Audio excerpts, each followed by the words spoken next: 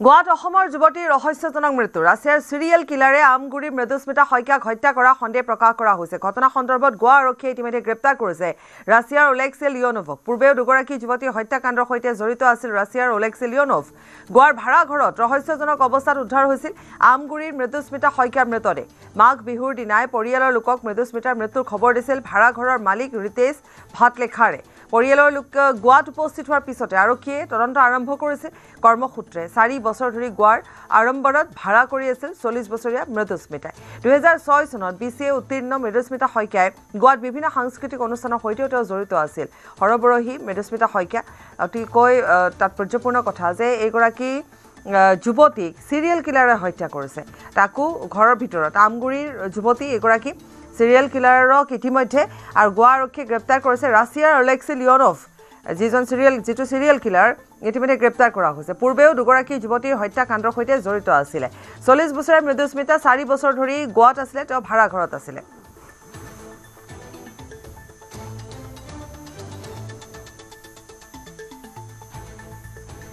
Russian এটাই দুজনী ছোৱালী মানে মাৰ্ডাৰ কৰিছে এই একে সময়তে আমাৰ ছোৱালীজনী তেনেকে মৃত্যু হৈছে কিন্তু তেওঁলোকৰ মনত কিবা তেনেকে সাসপেক্ট আহিবও পাৰে এটো হ'ব পাৰে নেকি এনেকুৱা ভাৱ এটা আহিছে কোনো যদিও নাই কিন্তু এইবোৰক এজনী ছোৱালীক ডিঙি কাটি দিছে হে এটা কথা আৰু ইজনীকো কিবা এইটো কোনো নাই তেনেকুৱা কোনো একো দাগ দেখা নাই একোৱেই নাই একদম স্বাভাৱিক সেইকাৰণে আমি হেবু ভবা নাই কিন্তু মই কথাটো জনা কথাটো শুনাৰ কথাটো আপোনালোকক কৈছো তাৰমানে মই যেটো শুনিছিলো তেওঁলোকে কৈছে যে আমি ইনভেষ্টিগেশ্যন কৰি আছো যদি কিবা পাওঁ জনাম কিন্তু আমাক এতিয়ালৈকে পুলিচে একো জনোৱা নাই আমাৰ ফালৰ পৰা সেইটো কিন্তু ডাক্তৰে আমাক ফুল এছুৰেঞ্চত কৈছে যে হাৰ্ট এটেক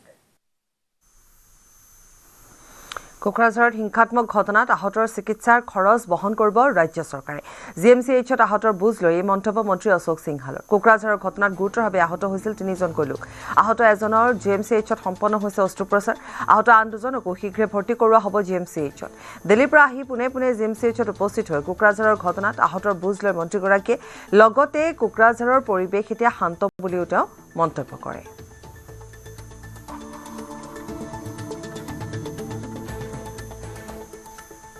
দিন আগত কোকৰাঝাৰৰ কাৰিগাঁও অঞ্চলত যিটো ঘটনা সংঘটিত হৈছিলে তাত 3জন মানুহ গুৰুতৰভাৱে আহত হৈছিলে এজন পেচেণ্ট যোৱাকালি ইয়ালৈ অনা হ'ল মহেশ মুৰ্মু 50 বছৰ বয়স আৰু আজি তেখেতৰ কলনৰ অপাৰেশ্যন সফলতাৰে জিএমচিএইচত কৰা হ'ল তেখেতৰে বুজ ল'বলৈ মই আহিছিলোঁ 2জন আৰু ল'ৰা অন ৱে আছে তেখেতসকলেও মই ভাবোঁ যে আধা ঘণ্টাৰ ভিতৰত ইয়াত আহিব আৰু যাৱতীয় যিখিনি চিকিৎসা তেখেতসকলৰ প্ৰয়োজন হ'ব জিএমচিএইচত বিনামূলীয়াকৈ সকলো চিকিৎসা 3জন ল'ৰাৰ আমি কৰি দিওঁ এতিয়া অৱস্থা খুব উন্নত হৈছে ডক্টৰে জনোৱা মতে যদি আজি অপাৰেশ্যন নহ'লেহেঁতেন বস্তুটো বেয়াৰ ফালে গ'লে হয় মই তাত যোৱা নাই মই হস্পিটেলতে আহিলোঁ মইতো পোনে দিল্লীৰ পৰা আহি আছোঁ আমাৰ 3দিনীয়া দিল্লীত এটা কাৰ্যসূচী চলি আছিল আমাৰ নতুন সভাপতিয়ে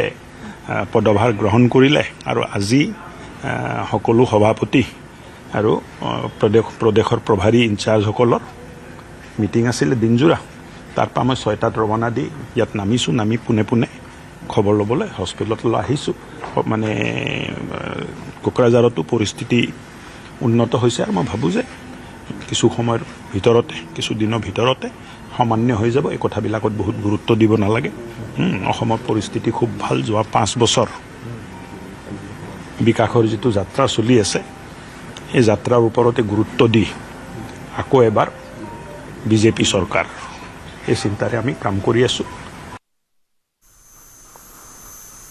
আজি গণেশ চতুৰ্থী ভগৱান গণেশক নতুনত্বৰ আৰম্ভণিৰ ঈশ্বৰ বাধা ৰক্ষক আৰু জ্ঞান বুদ্ধিমতাৰ ঈশ্বৰ গণেশক আৰাধনা দেশৰ ভিন্ন প্ৰান্তৰ লগতে অসমৰ প্ৰতিটো গণেশ মন্দিৰত আজি পুৱাৰে পৰা ভক্তৰ ভিৰ পৰিলক্ষিত হৈছে পুৰোহিতৰ মন্ত্ৰোচ্চাৰণ মংগলধ্বনি শংখনাদ আয়তিৰ উৰুলি ভক্তি নামেৰে চৌদিশে বিৰাজ কৰিছে মংগলময় পৰিৱেশ বহু ঐতিহাসিক গণেশ মন্দিৰত পুৱাৰে পৰা মংগল মূৰ্তিৰ আৰাধনা চলিছে মনোবাঞ্ছা পূৰণৰ বাবে ভক্তৰ লানি নিচিগা ভিৰ গণেশ মন্দিৰসমূহত গণেশ বাবাক সন্তুষ্ট কৰিবলৈ নৈবেদ্য দিয়া হৈছে, আগবঢ়োৱা হৈছে, আশীষ বিচৰা হৈছে।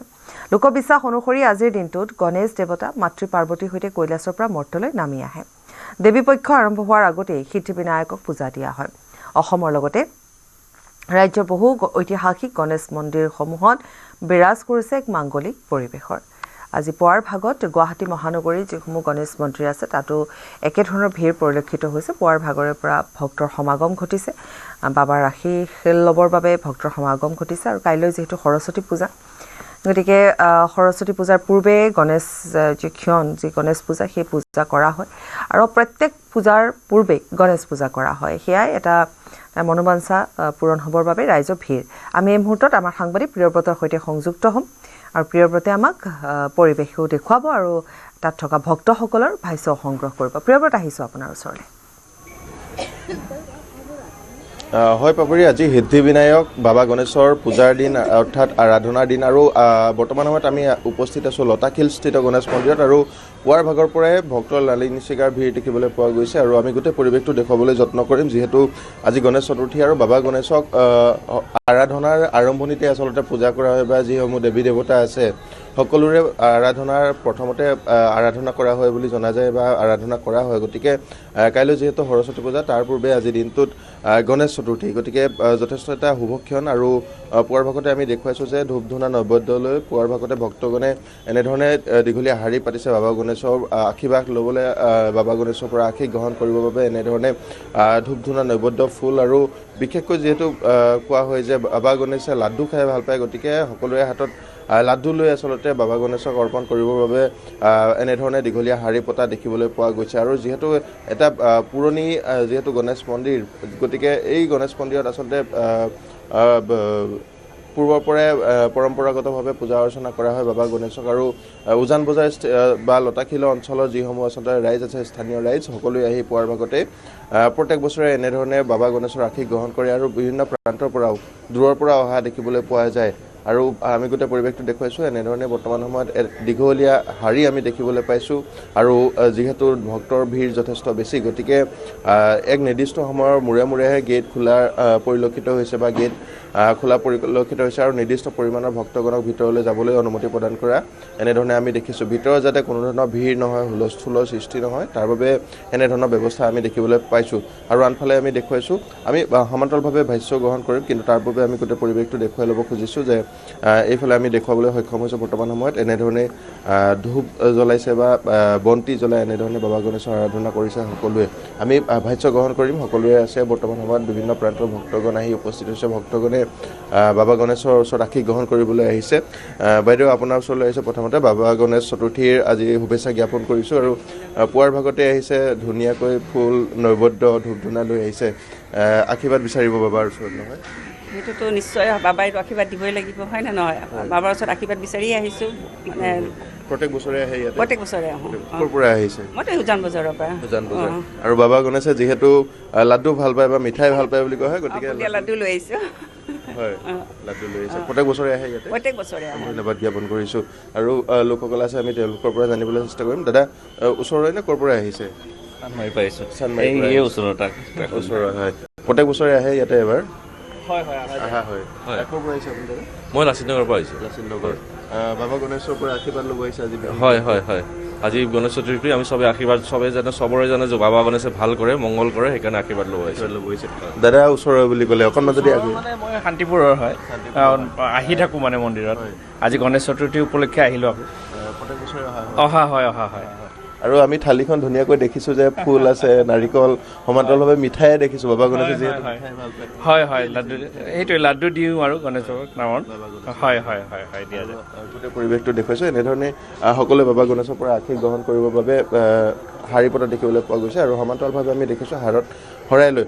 বাইদেউ, শুভেচ্ছা জ্ঞাপন কৰিলোঁ গণেশ চতুৰ্থী। আৰু অতি পৰম্পৰাগতভাৱে আপুনি অহা দেখিছোঁ বাবা ওচৰলৈ। আৰু গাঁৱত যেনেধৰণে আচলতে কলপাতৰ সঁফুৰা লৈ যোৱা হয় বা শৰাই লৈ যোৱা হয়, ঠিক তেনেধৰণে এগৰাকী বাইদেৱে বাবা গণেশৰ আশীষ গ্ৰহণ কৰিবলৈ আজি দিনটো তেনেধৰণে আহিছে। বাইদেউ ওচৰৰে নে ক'ৰ পৰা আহিছে? ওচৰৰ ইয়াতে উজান বজাৰৰ পৰা। প্ৰত্যেক বছৰে অহা হয় ইয়াতে? এইবাৰ ফাৰ্ষ্ট আহিছোঁ বাৰু। আগতে মানে তেজপুৰত আছিলোঁ, ট্ৰেন্সফাৰ হৈ আহিলোঁ কাৰণে এতিয়া প্ৰথম আহিছোঁ ইয়াতে। ইয়াত চাকৰি সূত্ৰে থকা? হয়। এতিয়া উজান বজাৰ হাইস্কুলত কৰে।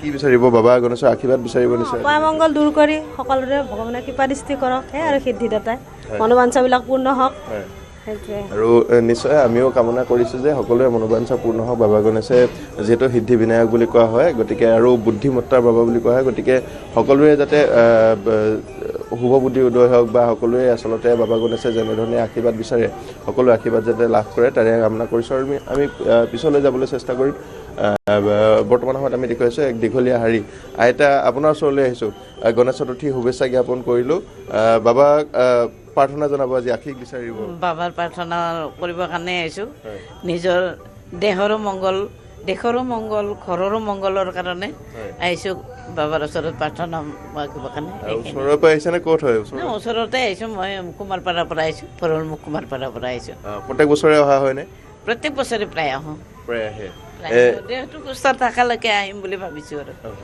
এই মন্দিৰত কেতিয়াৰ পৰা আহি আছে আপুনি কিমান কেনেকৈ মনত পৰে এই মন্দিৰ ভাগলৈ এই মন্দিৰত মানে সকলোৱে কয় যে গণেশ বাবাৰ মানে আশীষ ল'লে সকলো দেহৰ কাৰণে মনৰ কাৰণে বা ঘৰৰ কাৰণে ভাল বুলি কয় আৰু এই পূজাটো মানে বিপদ নাখিনি আজিৰ পূজাটো বিপদ নাখিনি পূজা বুলি গম পাইছোঁ শুনিছোঁ সেইকাৰণে মানে আহিছোঁ আৰু ধন্যবাদ জ্ঞাপন কৰিছোঁ আপোনাক আৰু আইতাগৰাকীও আহিছে আচলতে সকলোৱে আচলতে সিদ্ধি বিনায়কৰ ওচৰলৈ সকলোৱে অহা দেখিবলৈ পোৱা গৈছে সেয়া লাগিলে যুৱ চামই হওক বা ককা আইতাই হওক সকলো বৰ্তমান সময়ত আহি এনেধৰণেই ভিৰ কৰিছে বাবা গণেশৰ আশীৰ্বাদ ল'বলৈ আশীষ গ্ৰহণ কৰিবলৈ আমি আৰু লোকসকল আছে যিহেতু আমি পিছলৈ যাবলৈ চেষ্টা কৰিম আৰু তেওঁলোকৰো ভাষ্য সংগ্ৰহ কৰিবলৈ চেষ্টা কৰিম বাইদেউ শুভেচ্ছা জনাইছোঁ গণেশ চতুৰ্থী আৰু আজি আশীষ ল'ব আহিছে বাবাৰ ওচৰত ক'ৰ পৰা আহিছে ওচৰৰ পৰা নে আঁতৰৰ পৰা আহিছে মই পানীখাইটিৰ পৰা আহিছে প্ৰত্যেক বছৰে অহা হয়নে ইয়াতে আহোঁ প্ৰায়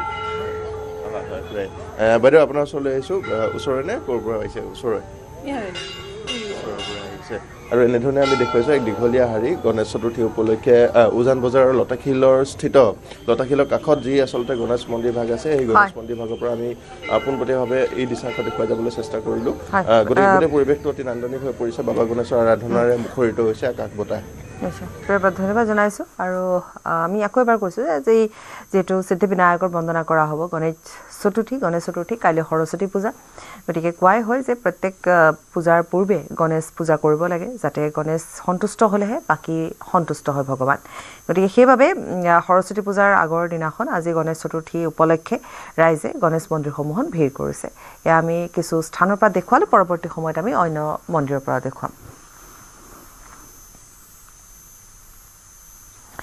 জামিন পাব নেকি জুবিন হত্যাৰ অভিযুক্ত জুবিন হত্যা গোচৰৰ জামিন আবেদনৰ আজি শুনানি গোচৰটো 5 অভিযুক্তৰ আদালতত জামিন আবেদন কৰিছিল শ্যাম কানু আৰু অমৃত প্ৰভাই জামিন আবেদন কৰিছে জুবিনৰ ভাতৃ সন্দীপন গাৰ্গেও কাৰাবন্দী 2 দেহৰক্ষীয়েও দাখিল কৰিছিল জামিন আবেদন আজি সত্ৰ ন্যায়াধীশ আদালতত জামিন আবেদনৰ শুনানি পৰৱৰ্তী 30 জানুৱাৰীত আছে গোচৰটোৰ পৰৱৰ্তী নিয়মীয়া শুনানি আকৌ এবাৰ এইখিনিতে উল্লেখ কৰিছোঁ জামিন আবেদনৰ বাবে ইতিমধ্যে আটাইগৰাকী কাৰাবন্দীয়ে ইতিমধ্যে জামিন আবেদন কৰিছে আজি সত্ৰ ন্যায়াধীশৰ আদালতত জামিন আবেদনৰ শুনানি আছে 30 জানুৱাৰীত আছে গোচৰটোৰ পৰৱৰ্তী নিয়মীয়া শুনানি এতিয়ালৈকে যদি চোৱা যায় যে শ্যাম কানু আৰু অমৃত প্ৰভাই জামিন আবেদন কৰিছিল গতিকে আজি শুনানি আছে জুবিনৰ ভাতৃ সন্দীপন গাৰ্গেও জামিন আবেদন কৰিছিল আজি শুনানি আছে 2 দেহৰক্ষীয়েও দাখিল কৰিছিল জামিন আবেদন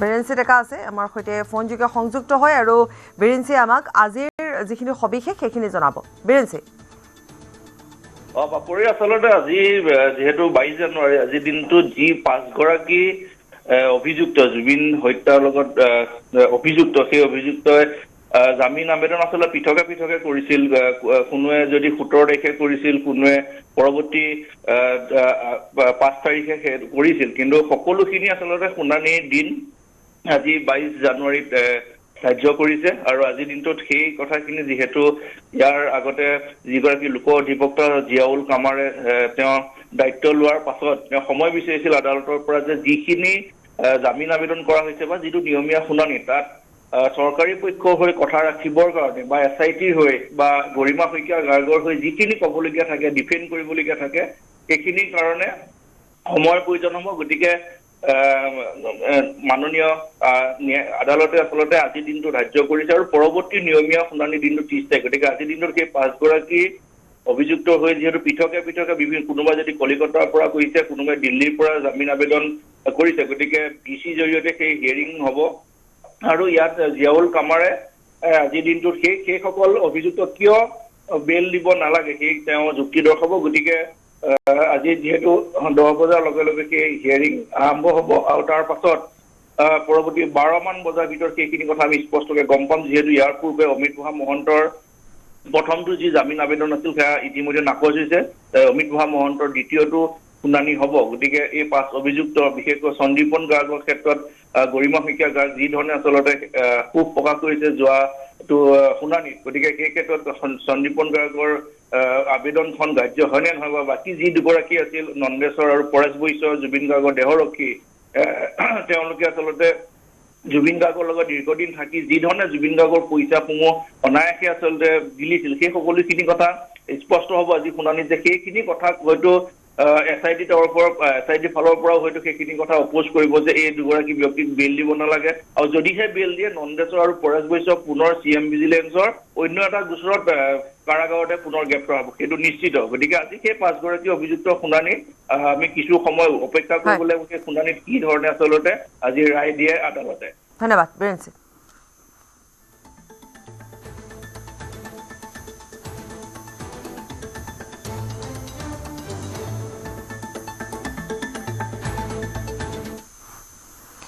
আৰু ব্ৰেকিং নিউজ মহানগৰীৰ দুটাকৈ স্থানত GST বিভাগৰ অভিযান GST বিভাগৰ অভিযানত 5 কোটি টকাৰ সামগ্ৰী জব্দ অভিযানত প্লাষ্টিকৰ সামগ্ৰী ভৰ্তি 3খনকৈ বাহন জব্দ কৰা হৈছে GST বিভাগে সিল কৰিছে 5টাকৈ গুদাম গড় ফাঁকি দিয়া অসাধু ব্যৱসায়ৰ বিৰুদ্ধে অভিযান ভূতনাথ পামহিৰ দুটাকৈ স্থানত অভিযান চলিছে ভুৱা চালান আৰু ইনভয়েচ নোহোৱাকৈ কঢ়িয়াইছিল সামগ্ৰী মেচাৰ্ছ RG প্লাষ্টিকৰ আছিল অবৈধভাৱে কঢ়িওৱা সামগ্ৰীখিনি মেচাৰ্ছ RG প্লাষ্টিকৰ গৰাকী চটিলাল গুপ্তা আৰু বাবুলাল গুপ্তা এক্সক্লুসিভ খবৰ আকৌ এবাৰ এইখিনিতে উল্লেখ কৰিম দুটাকৈ স্থানত GST বিভাগে অভিযান চলায় GST বিভাগৰ অভিযানত 5 কোটি টকাৰ সামগ্ৰী জব্দ হৈছে অভিযানত প্লাষ্টিকৰ সামগ্ৰী ভৰ্তি 3খনকৈ বাহন জব্দ কৰা হৈছে GST বিভাগে সিল কৰিছে 5টা গুদাম কৰ ফাঁকি দিয়া অসাধু ব্যৱসায়ৰ বিৰুদ্ধে এই অভিযান ভূতনাথ পামহিৰ দুটাকৈ স্থানত চলিল অভিযান ভুৱা চালান আৰু ইনভয়েচ নোহোৱাকৈ কঢ়িয়াইছিল সামগ্ৰী মেচাৰ্ছ RG প্লাষ্টিকৰ আছিল অবৈধভাৱে কঢ়িওৱা সামগ্ৰীখিনি মেচাৰ্ছ RG প্লাষ্টিকৰ গৰাকী চটিলাল গুপ্তা আৰু বাবুলাল গুপ্তা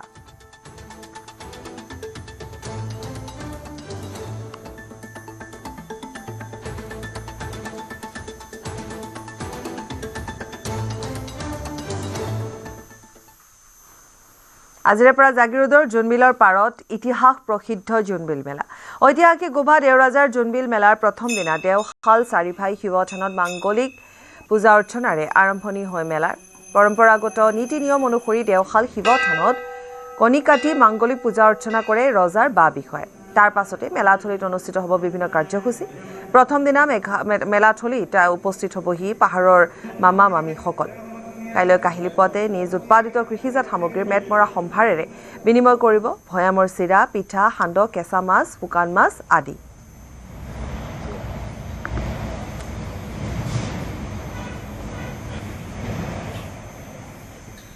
হয় আজিৰ পৰা ঐতিহাসিক গোভা দেওৰাজাৰ জোনবিল মেলা আৰু জোনবিল মেলাৰ আজি যেহেতু প্ৰথম দিন আৰু প্ৰথম কাৰ্যসূচী ইতিমধ্যে দেওশাল চাৰিভাই শিৱথানত মাংগলিক যি পূজা অৰ্চনা ইতিমধ্যে সম্পাদন কৰা হৈছে আৰু ইয়াৰ পিছৰ পৰা মেলাৰ শুভাৰম্ভণি হ'ব আৰু এই মুহূৰ্তত দেওশাল শিৱথানৰ পৰা আমি পৰিৱেশ দেখুৱাইছো আৰু মাংগলিক যিহেতু যি কাৰ্য ইতিমধ্যে পূজা অৰ্চনা সমাপন হৈছে আৰু মন্তব্য ল'বলৈ বিচাৰিম কি ক'ব আজি প্ৰথম কাৰ্যসূচী হয় গোভা দেওৰজা পৰম্পৰাগত জোনবিল মেলাৰ আজি আমাৰ এই গোভা ৰজা প্ৰতিষ্ঠা কৰা দেওশাল শিৱথানত আমাৰ মাংগলিক পৰ্ব এটা অনুষ্ঠিত কৰিলো ইতিমধ্যে আমি আমাৰ তিৱাসকলৰ মানে সৰ্বোচ্চ দেৱতা ফা মহাদেৱক আমি এতিয়া পূজা অৰ্চনা কৰি পেলাই আমি কণী কাটিলো আমাৰ তিৱাসকলৰ এটা ডাঙৰ নিয়ম আছে যে যিকোনো কাম কাজ কৰিলে আমি কণী কাটিব লাগে আজি আমাৰ পৰম্পৰাগত পাহাৰ ভৈয়ামৰ সম্প্ৰীতিৰ জোনবিল মেলাৰ শুভাৰম্ভৰ কাৰণে আৰু শুভকামনাৰ কাৰণে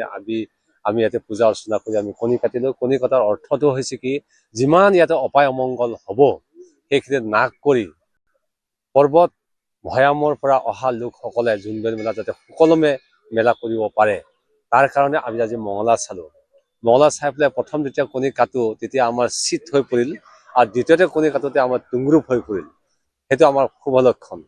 আৰু যেতিয়া কণীটো কাটোতে আমি চালোঁ যিখিনি মানে ভাল বেয়া দিশ সম্পূৰ্ণকৈ ওলাই গৈছে, যাতে তাত কোনো খুঁত নাই আৰু আমাৰ এইবাৰ মেলাখন সম্পূৰ্ণৰূপে ভালদৰে পৰিচালিত হ'ব বুলি আমাৰ সেই কণীত আমাক দেখুৱালে। আৰু শেষত কণীটো দুফাল কৰি পেলাই যেতিয়া আমি পেলাই দিলোঁ, তেতিয়া এটা মানে আমাৰ চিট হৈ পৰিলে, এটা তুংৰূপ হৈ পৰিলে। গতিকে আমাৰ শুভ লক্ষণ হৈছে। আৰু লগতে আমি একেবাৰতে একেটা মানে কি কয় মেচ খাতিৰে আমি যেতিয়া চাকিটো জ্বলালোঁ, চাকিটো 3টা চাকিও জ্বলিলে।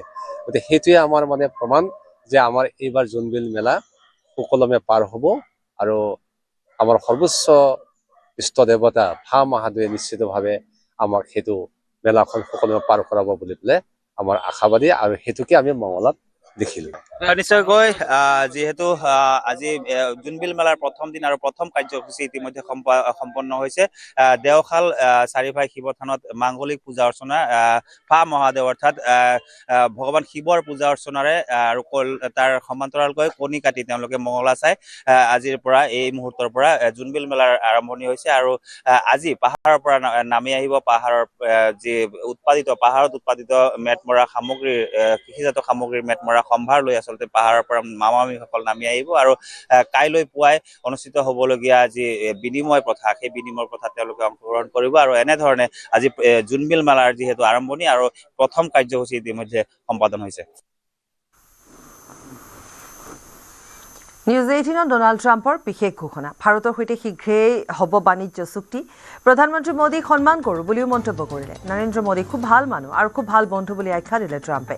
শীঘ্ৰে ভাল বাণিজ্য চুক্তি সম্পন্ন হ'ব বুলিও ঘোষণা কৰিলে।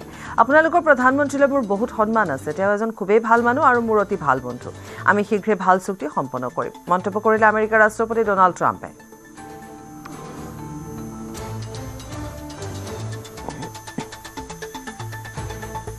Mr. President, this is Chandra Shrikant from India. Can you give us an update on the India-US trade deal?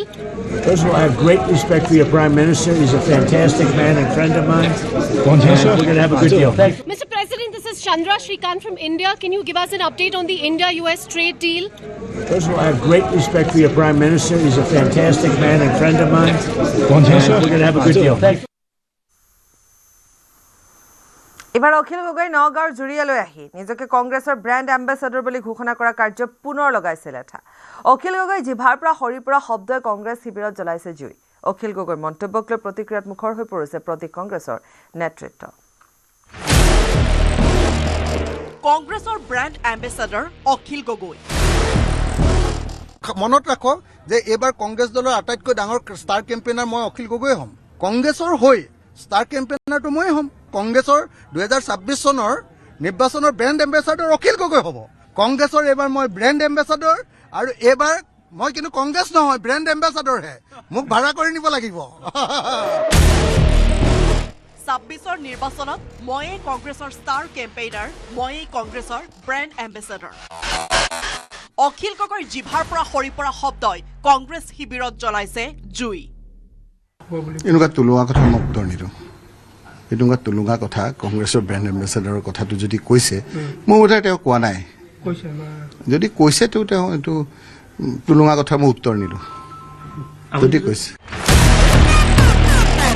নিৰ্বাচনৰ পূৰ্বে বিৰোধী একগোট হোৱাৰ নাটক সাজু হ'লেই অখিল গগৈয়ে টুইষ্ট অনাটো খাটাং। মিত্ৰতা সৰগত কৰি একগোট হ'লেও আসন বুজাবুজিক লৈ অখিল গগৈয়ে খেলি মেলি লগাই আহিছিল। হঠাৎ আকুৰ গজালি এৰি বুজাবুজিলৈ আহিবলৈ সাজু হৈছিল অখিল গগৈ। পিছে এইবাৰ শিৱসাগৰৰ বিধায়ক অখিল গগৈয়ে নগাঁৱৰ জুৰিয়ালৈ আহি নিজকে কংগ্ৰেছৰ ব্ৰেণ্ড এম্বেচাডৰ বুলি ঘোষণা কৰা কাৰ্যই পুনৰ লগাইছে লেঠা।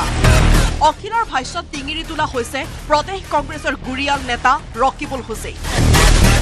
মিত্ৰতা চলি থকা অৱস্থাত অখিল গগৈয়ে কৰা মন্তব্যক লৈ হাইকমাণ্ডক অভিযোগ দিয়াৰ হুংকাৰ ৰকিবুল হুছেইনৰ। এই কথাবিলাক মোৰ অবজেকশ্যনেবল। তেনেধৰণৰ কথাবিলাক সাধাৰণতে মিত্ৰতাৰ ক্ষেত্ৰত ৰাজহুৱাকে এনেকৈ কোৱাটো অনুচিত। যদি কৈছে দেই, তেতিয়াহ'লে এই কথাটো মই ব্যক্তিগতভাৱে মোৰ পাৰ্টিক জনাম যে এই কথাখিনি তেওঁ ঠিক কৈ থকা নাই। আনহাতে অখিল গগৈৰ মন্তব্যক লৈ প্ৰতিক্ৰিয়াত মুখৰ হৈ পৰিছে প্ৰদেশ কংগ্ৰেছৰ আন নেতাও। প্ৰদেশ কংগ্ৰেছৰ সভাপতি সাংসদ গৌৰৱে ক'লে প্ৰতিগৰাকী কংগ্ৰেছ কৰ্মীয়ে হ'ল কংগ্ৰেছৰ ব্ৰেণ্ড এম্বেচেডৰ। ৰাজীৱ ভৱনত যে কংগ্ৰেছ কৰ্মীসকলৰ ভিৰ সমাগম আমি দেখা পাইছোঁ, মই প্ৰদেশ কংগ্ৰেছৰ ফালৰ পৰা আমি জ্যেষ্ঠসকলে আমাৰ কৰ্মীখিনিক ধন্যবাদ জ্ঞাপন কৰিছোঁ।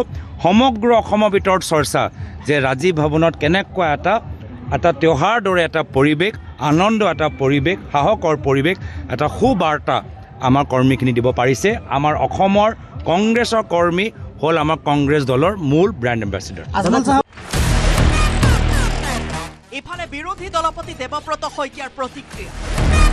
বিজেপিৰ শাসন উৎখাত কৰিবলৈ যিকোনো লোকেই কংগ্ৰেছৰ ব্ৰেণ্ড এম্বেচেডৰ হ'ব পাৰে। অখিল গগৈয়ে যদি ব্ৰেণ্ড এম্বেচেডৰ হ'বলৈ হেঁপাহ কৰিছে ভালেই কথা। হয়তো তেখেতে ইচ্ছা প্ৰকাশ কৰিছে, মই সুখী ভাল হৈছোঁ আৰু মই প্ৰতিজন মানুহকে আবেদন কৰিম যিসকলে বিজেপিৰ অপশাসন, বিজেপিৰ যি বৰ্তমানে অসমৰ ৰাইজক লৈ অসমীয়া মানুহৰ প্ৰতি ভাবুকি দিছে, যদি অসমক ভাল পায় প্ৰতিজনেই কংগ্ৰেছৰ হৈ প্ৰচাৰ চলাওক, কংগ্ৰেছৰ ব্ৰেণ্ড এম্বেচাডৰ হওক, যিসকলে বিজেপিৰ আচ্ছা দিনৰ প্ৰতি অপেক্ষা কৰিব নিবিচাৰে। দবকাৰ পৰা আব্দুল হাকিম আৰু গুৱাহাটীৰ পৰা হীৰকজ্যোতি মালাকাৰৰ সহযোগত নগাঁৱৰ পৰা নীলোৎপল বৰাৰ report, news 18 Assam north east.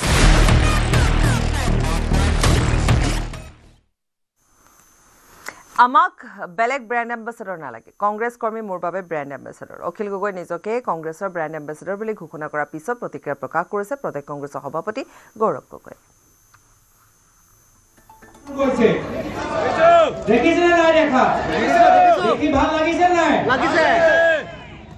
মই ক'লো এইসকল যে আমাৰ কংগ্ৰেছৰ সাধাৰণ কৰ্মীখিনি যি অসমৰ 126টা সমষ্টিৰ পৰা গৈ গুৱাহাটী ৰাজীৱ ভৱনত জয় আই অসম কংগ্ৰেছ পাৰ্টি জিন্দাবাদ যে কৈছে, সেয়া হ'ল আমাৰ কংগ্ৰেছৰ মূল ব্ৰেণ্ড এম্বেচেডৰ। মোৰ বাবে আজি ইয়াত উপস্থিত হৈ থকা হোজাই, নগাঁও, পশ্চিম পূব, আমৰি, ৰংখাং পৰা অহা, ডিমা হাছাও, হাফলং পৰা অহা কংগ্ৰেছৰ কৰ্মী মোৰ বাবে মোৰ ব্ৰেণ্ড এম্বেচেডৰ, আমাৰ দলৰ ব্ৰেণ্ড এম্বেচেডৰ। আমাক আৰু এম্বেচেডৰ নালাগে, আমাক মাত্ৰ আমাৰ কংগ্ৰেছৰ কৰ্মী আমাক লাগে।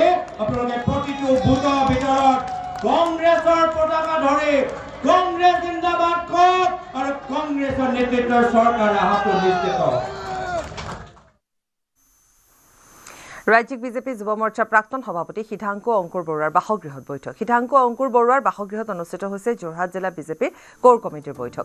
বৈঠকত উপস্থিত থাকে কেন্দ্ৰীয় ৰাজ্যিক মন্ত্ৰী পবিত্ৰ মাৰ্ঘেৰিটা, যোৰহাটৰ বিধায়ক হিতেন্দ্ৰ নাথ গোস্বামী, মৰিয়নী বিধায়ক ৰূপজ্যোতি কুৰ্মী, বিজেপিৰ যোৰহাট জিলাৰ সভাপতি শান্তনু পূজাৰী, প্ৰাক্তন সভাপতি হেমন্ত কলিতা, সিদ্ধাংকু অংকুৰ বৰুৱাকে ধৰি বিজেপিৰ যোৰহাট জিলাৰ নেতৃত্ব, সাংসদ, বিধায়কৰ উপস্থিতিত সিদ্ধাংকু অংকুৰ বৰুৱাৰ বাসগৃহত অনুষ্ঠিত বৈঠক ২৬ৰ বিধানসভা নিৰ্বাচন সন্দৰ্ভত কৰা হয় আলোচনা।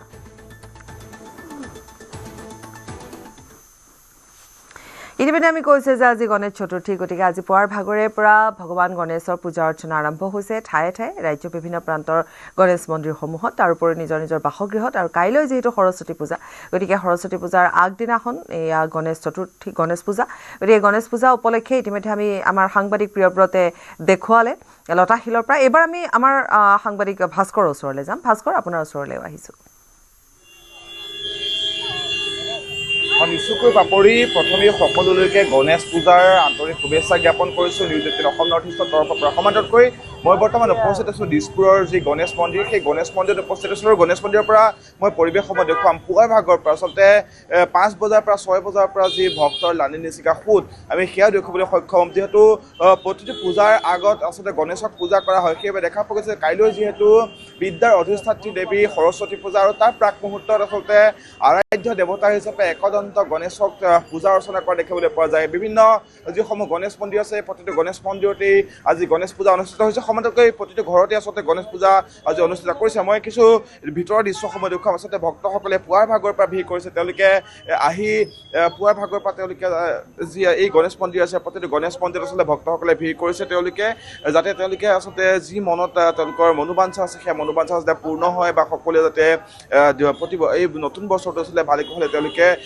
নিয়াব পাৰে। আচলতে তাৰেই যি এক বিশেষ তেওঁলোকে পূজা আৰু দেখুৱাইছোঁ ইয়াৰ গণেশ পূজাৰ যি গণেশ মন্দিৰ বিখ্যাত আচলতে প্ৰতিগৰাকী লোক ইয়ালৈ আহে তেওঁলোকে ইয়াত আহি পূজা অৰ্চনা কৰে গতিকে ভক্তসকল আহিছে ভক্তসকলৰ আমি দৃশ্যসমূহ দেখুৱাইছোঁ লানি নিচিকা সুদ ভক্তসকল পুৱাৰ ভাগৰ পৰা সন্ধিয়া ভাগলৈকে ভক্তসকলে ইয়াত আহি তেওঁলোকে ভিৰ কৰিছে গণেশ পূজাৰ বাবে আচলতে তেওঁলোক আহিছে আমি মন্তব্য লৈ থাকিম যিসকল লোক আছে তেওঁলোকৰ মন্তব্যসমূহ ল'ম কিছু ভিতৰলৈ যাবলৈ যত্ন কৰিম ভিতৰৰ পৰা আমি দৃশ্যসমূহ দেখুৱাম যিসকল ভক্ত আছে তেওঁলোকৰো মন্তব্য ল'ম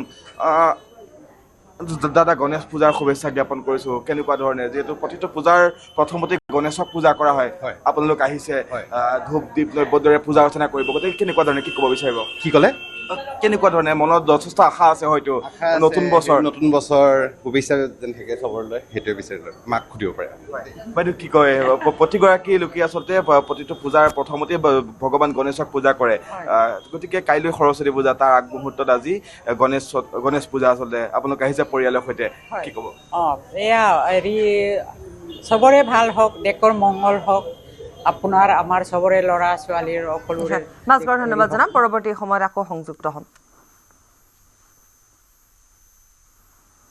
ইয়াৰ সৈতে বাতৰিৰ পৰা বিদায় লৈছোঁ নমস্কাৰ এইটো মাইথান ষ্টিল নহয় ওচৰ চুবুৰীয়াসকলে লগাইছে